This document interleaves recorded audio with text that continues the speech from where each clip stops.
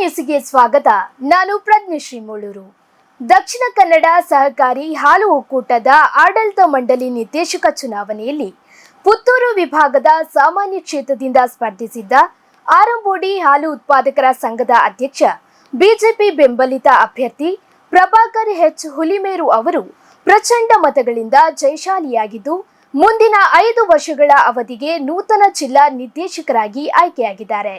ಈ ಹಿನ್ನೆಲೆ ನಿನ್ನೆ ಅವರಿಗೆ ಅಭಿನಂದನೆಗಳ ಮಹಾಪೂರವೇ ಹರಿದು ಬಂದಿದೆ. ಹಿತೈಷಿಗಳು, ಸ್ನೇಹಿತರು, ಬೆಂಬಲಿತರು ಹೂವಿನ ಹಾರ ಹಾಕಿ ನೂತನ ಜಿಲ್ಲಾ ನಿರ್ದೇಶಕರಾದ ಪ್ರಭಾಕರ್ ಎಚ್ ಹುಲಿಮೇರು ಅವರ ವಿಜಯವನ್ನ ಸಂಭ್ರಮಿಸಿದ್ದಾರೆ.